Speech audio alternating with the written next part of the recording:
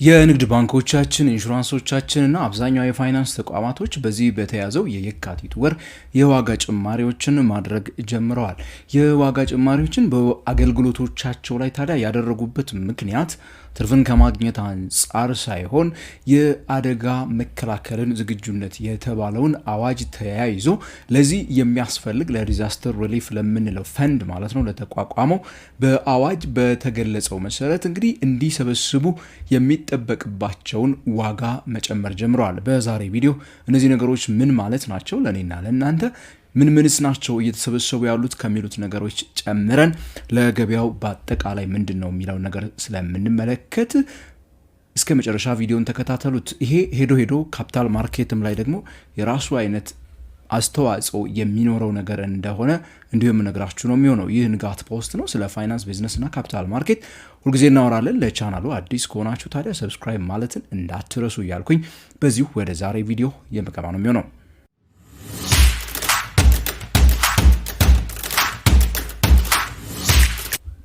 እንግዲህ በዋናነት ከአዋጁ ላይ ከተቀመጡትን ቁጥሮች እና ምን እንደተባለ በመናገር እንጀምር። እንግዲህ ባንኮች እና የማይክሮፋይናንስ ተቋማት የምንላቸው ጥቃቅኖቹ አበዳሪ ተቋማት ማለት ነው ካሁን በኋላ ከዚህ ከየካቲት ወር ጀምሮ በሚያበድሩት ማንኛውም ብድር ላይ 1% የሚሆነውን ገንዘብ ምን እንዲያደርጉ ቻርጅ አድርገው ማን ላይ ደንበኞቻቸው ላይ የሚበደሩት አካላቶች ላይ ገንዘቡን ሰብስበው በቀጣይ ወር ገንዘቡን ለዚህ ለተጠቀሰው ፈንድ እንዲያስገቡ ነው እንግዲህ የተገለጸው። ይህ ማለት እንግዲህ ባንኮቻችን የሚያበድሩት ብድር ላይ በትንሹ የ1% ጭማሪ ተደረገ በሉት። ያ ማለት ለተቋማት፣ ለነጋዴው፣ ለተበዳሪው በተበዳሪው ሳይድ ሆናችሁ በምትመለከቱበት ሰዓት እንግዲህ ወለዱ ላይ 1% እንደተጨመረበት አድርጋችሁ ነው ለነጋዴው ልትነግሩት የምትችሉት። ሌላ ምንም ነገር አይደለም። ማለት ከዚህ በፊት 16% ወለድ ሲከፍል የነበረ አንድ ነጋዴ ምን ሊያደርግ ነው ማለት ነው 17% እንዲከፍል ተደረገ እንደማለት ነው የሚሆንበት ማለት ነው። ስለዚህ እንግዲህ የሚያበድሩት ብድር ላይ ይህንን 1% እየሰበሰቡ ምን እንዲያደርጉ እንዲከፍሉ በባንኮችና ማይክሮፋይናንስ ኢንስቲትዩሽኖች ላይ ተቀምጧል። ለነጋዴዎች ዋጋ ጨምሮባቸዋል ማለት ነው። ብርን የማግኘት ወይ ደግሞ ብድርን የማግኘት ዋጋ ለብድርን ለማግኘት የምናወጣው ወጪ ምን አለ ማለት ነው እንዲጨምር የሚያደርግ ነገር ነው። ሶ በዋናነት አንደኛው እንግዲህ ይሄ ነው። ብድሮች ላይ 1% እንዲሰበሰብ። ኢንሹራንስ ላይ አብዛኛዎቻችን እንግዲህ የተለያዩ ኢንሹራንሶችን እንገባለን። በዋናነት ለምሳሌ በብዛት በግዴታ ከሚገቡት ውስጥ አንደኛውና ስፋት ገበያው ላይ የሚገኘው የሞተር ኢንሹራንስ ነው።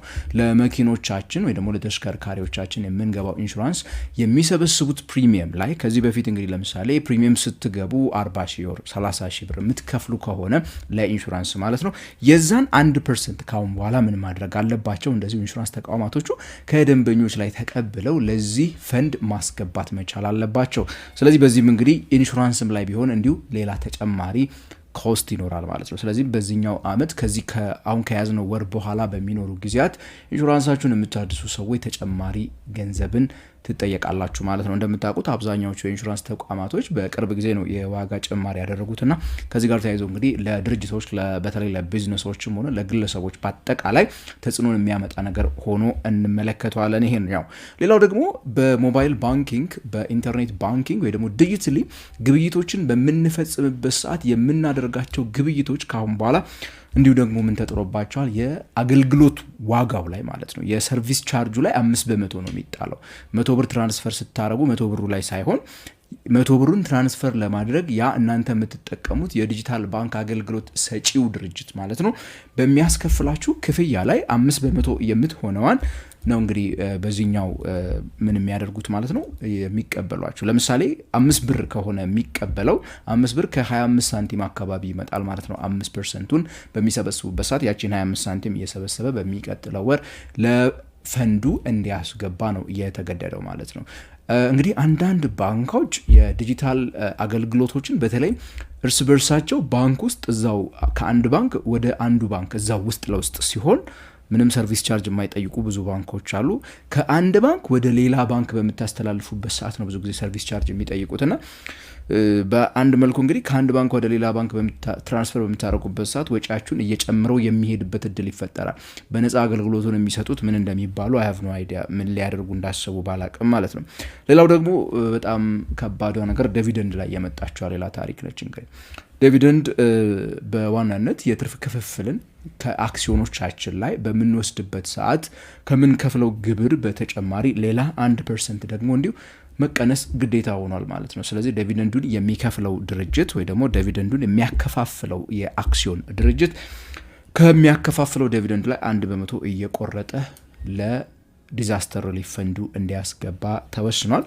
ሌላው ሀገር ውስጥ በረራ በሚኖርብን ሰዓት የምንቆርጠው እያንዳንዱ ቲኬት ላይ 100 ብር ለዚሁ ተደምራ የምትከፈል ግዴታ ሆናለች። እስካሁን ደግሞ ያው ባለፈው የኢትዮ ቴሌኮምን ጉዳይ ብዙዎች እንዲያውም እየተቹ በየሶሻል ሚዲያ ላይ ሲያወሩ የነበረው 5% በሰርቪስ ቻርጆቻቸው ላይ እንደዚሁ መጣላቸው ነው። ደግሞ የዴታና የቮይስ አገልግሎት ላይ 5% እየቆረጡ በምንገዛበት ሰዓት ማለት ነው የከፈሉን የፓስፖርትና ቪዛ አገልግሎቶችን ለማግኘት በምንሄድበትም ሰዓት እንደዚሁ 200 ብር እንከፍላለን። ነዳጅ ላይ ነው ደግሞ ሌላው እንግዲህ የነዳጅ ዋጋን አሁንም ገና ድጎማ አልተነሳም አልተስተካከለም እየተባለ ባለበትና ዋጋው ሊጨምር ይችላል እየተባለ ባለበት ሁኔታ ላይ እንግዲህ በነዳጅ ዋጋ ላይ በ1 ሊትር ላይ 1 ብር እነዚሁ ነዳጅ ማደያዎች እየሰበሰቡ መስሪያ ቤቱ እንዲያስገቡ የሚያስገድድ እንግዲህ እንዲሁ ሌላ ህግ ነው ማለት ነው የተረቀቀው። ንግድ ፍቃድ በምናወጣበትና በምናድስበት ሰዓት እያንዳንዱ ንግድ ፍቃድ 200 ብር መክፈል ይኖርበታል ማለት ነው በየአመቱ።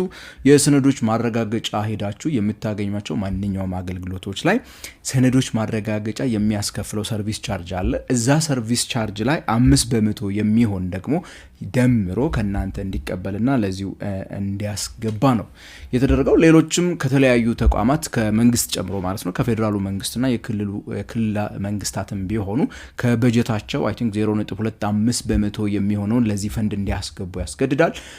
ከትንባሆ አምራቾች፣ አልኮል አምራቾች ምናምን የተለያዩ አይነት ከሎተሪ ጭምር የተቀመጡ የተለያዩ ገንዘቦችን ሰብስበው እንግዲህ ለዚህ ክፍል እንዲያስገቡ ነው የተገለጸው ማለት ነው። በዋናነት እንግዲህ የፋይናንሱን ሴክተር የሚነኩ በጣም ብዙ ነገሮችን መመልከት እዚህ ውስጥ እንችላለን።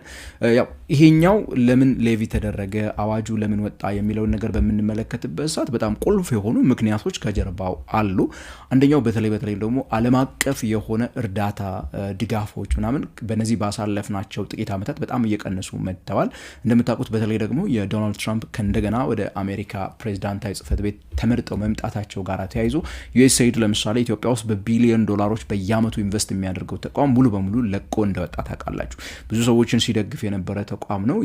የነዛን ተቋማት ክፍተት ሌሎቹም ቢሆኑ ትልልቅ ተቋማት እንደ ዩኤን ያሉ ተቋማት እንኳን የገንዘብ ድጋፋቸው በጣም እየመነመነባቸው ከመሆኑ ጋር ተያይዞ የዓለም ምግብ ፕሮግራምን ጨምሮ እነዚህ ተቋማት በተለያዩ ሀገራቶች ውስጥ የሚሰሩትን ስራ እየቀነሱ ሰራተኞቻቸውን እየቀነሱ ያሉበት ሁኔታ አለ። ሶ ለነዚህ ሪስፖንስ መስጠት እንዲያስችል እነዚህን ክፍተቶች ለመሙላት ነው የሚለው እንግዲህ አዋጁን ያወጣው የመንግስት አካል በሚናገርበት ሰዓት ይሄንን እነዚህን መሙላት ስላለብን በራሳችን ለአደጋዎች ምላሽ መስጠት ስላለብን ገንዘቡን መሰብሰቡ ግዴታችን ነው የሚሉት። ለምን ከመንግስት በጀት አልተደረገም? ደግሞ እንደምታውቁት ካለን ከአይኤምኤፍ ጋር በምናደርገው ስምምነት መሰረት የመንግስት ወጪ መቀነስ የሚባለው ነገር ደግሞ ቁልፍ ተሰምሮ የተቀመጠበት ነገር ነው።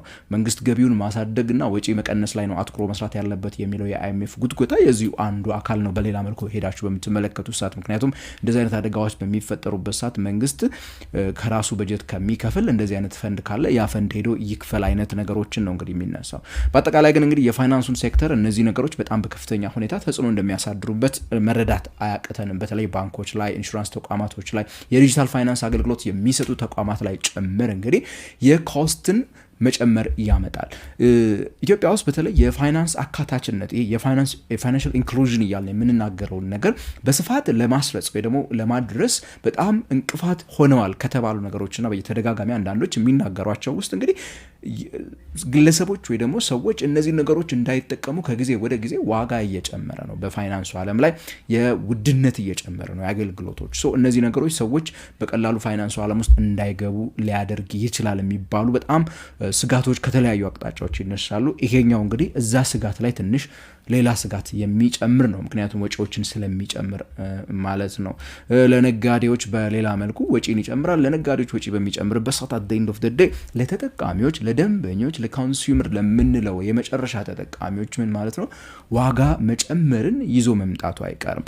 የአደጋ ዝግጁነትን ለማሳደግ ወር ደግሞ ለማስተካከል እንደዛ ሪስፖንስ ላይ የተለየ ነገር ለማድረግ እንደሚጠቅመው ሁላ ይሄኛው ነገር ገንዘቡ ተሰብስቦ እዛ ፈንድ ላይ መሰብሰቡ፣ በተቃራኒው ግን እነዚህ በፋይናንስ ተቋማቶቹና በድርጅቶቹ ላይ የምትጨምረው እያንዳንዷ ደግሞ እንትን የሚኖረን የዋጋ ግሽበት ላይ ለምሳሌ ኢትዮጵያ በሚኖረው የዋጋ ግሽበት ላይ የራሱን አስተዋጽኦ ሊኖረው እንደሚችል ገምታለሁ። አሁን 9% አካባቢ ነው የተባለው የዋጋ ግሽበት ወደ 2 አሃዝ እንዲመለስ ሊያደርገው የሚችልበት እድሉ ሰፊ ነው የሚሆነው በእነዚህ በሚቀጥሉት ወራቶች ውስጥ ማለት ነው። ከሁኔታዎች ጋር እንግዲህ አብረን የምንመለከተው ነው የሚሆነው። የዓለምን ሁኔታ ካለበት ነገር አንጻር አሁን ያለው የመካከለኛው ምስራቅ ላይ ያለው ውጥረት እነዚህ ነገሮች ራሳቸው ኢንፍሌሽንን ሊጨምር እንዲችል ስለሚያስችሉት ማለት ነው። ነዳጅ እዛ ሆርሙዝ አካባቢ በዚህ ባሳለፍነው ሰሞን እየተፈጸመ በነበረው ነገር የተነሳ ለምሳሌ የነዳጅ ዋጋ ትንሽ ጭማሪ አሳይቶ እንደነበረው ሁሉ እነዛ ነገሮች በሚደማመሩበት ሰዓት እንግዲህ እኔና እናንተን ህይወት ከባድ ሊያደርገው የሚችልበት እድሉ ሰፊ ነው የሚሆነው ለማለት ነው። ታዲያ አንድ በጣም ጥሩ ፖይንት ደግሞ ልናገኝ የምንችልበት ምን ሊሆን ይችላል ብላችሁ ከጠየቃችሁኝ ለኛ ሀገር በጣም ሜቢ ሊቆይ ይችላል ብዬ አስባለሁኝ። ነገር ግን አደጋዎቹ የማይከሰቱ ከሆነና በሚባለው ደረጃ ለምሳሌ እርግጠኛ ሀገር ኦልሬዲ እንደዛ አይነት የመንግስቱን ወይ ደግሞ እንደዚህ አይነት ተቋማትን ሪስፖንስ የሚፈልጉ አደጋዎች በተለያዩ ጊዜያት ይከሰታሉ። በተለይ ለክላይሜት ሾኮች በጣም የተጋለጥን ከመሆናችን ጋር ተያይዞ ባይከሰት ግን እንደዚህ አይነት የዲዛስተር ሪሊፍ ፈንዶች ካሉ ብሩን ሰብስበው ዝም ብለው አያስቀምጡትም። ዝም ብለው ባንክ ከሚያስቀምጡት ይልቅ በካፒታል ማርኬት ውስጥ እንደ አንድ ኢንስቲቱሽናል ኢንቨስተር ሆነው ሊሳተፉ ይችላሉ። እርግጥ ነው ትርፍ ሊያተርፉበት አይነት ኢንቨስትመንት አይደለም።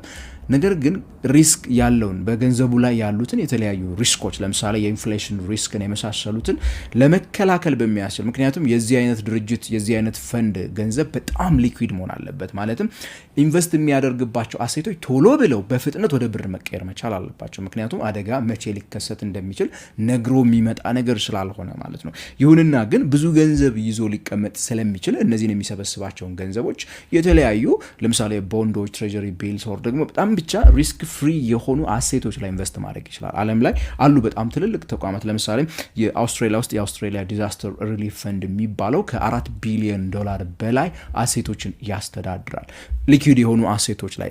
ከዛ ባለፈም እንደዚሁ ደግሞ ለአደጋ ዝግጁነት ያግዛሉ የሚባሉ ካይንድ ኦፍ ኢንቨስትመንቶች ላይ ራሱ ኢንቨስት እያደረገ የሚቆይ አይነት እንትን ነው። በአንድ መልኩ ይሄኛው ደግሞ እንግዲህ አንድ ፕላስ ሳይዱ ሆኖ የካፒታል ማርኬቱን አንድ ሌላ ኢንስቲትዩሽናል ኢንቨስተር ሊሰጠው ይችላል። ኢንስቲትዩሽናል ኢንቨስተር ስንል አሁን እኛ ምንጠብቃቸው የኢንሹራንስ ተቋማቶች አሉን፣ የጡረታ ቢሮዎች አሉን። ሶ ከነዚህ ደግሞ ተጨማሪ ሌላ እንደዚህ አይነት እንደ ሶቨረን ፈንድ እንደ ሶቨረን ዌልዝ ፈንድ አክት የሚያደርጉ ዲዛስተር ሪሊፍ ፈንዶች አሉ ሌላው ዓለም ላይ እንደዚህ አይነት ልናገኝ የምንችልበት እድል ይኖራል።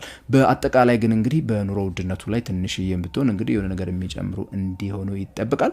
እስቲ እናንተ አስተያየታችሁን ኮሜንት ሴክሽን ላይ ጻፉልኝ። ምን ይመስላችኋል? ምንስ ትጠብቃላችሁ? ኦልሬዲ ደግሞ ያያችሁት ወጪውን ማውጣት የጀመራችሁም እንዲሁ ንገሩን። በቀጣይ በሌላ ቪዲዮ እስከምንገናኝ ድረስ ታዲያ ከንጋት ፖስት ቻናሉን ሰብስክራይብ በሉ። ከኢትዮጵያ ውጭ ካላችሁ ጆይን በሉ እያልኩኝ የምሰናበታችሁ ነኝ።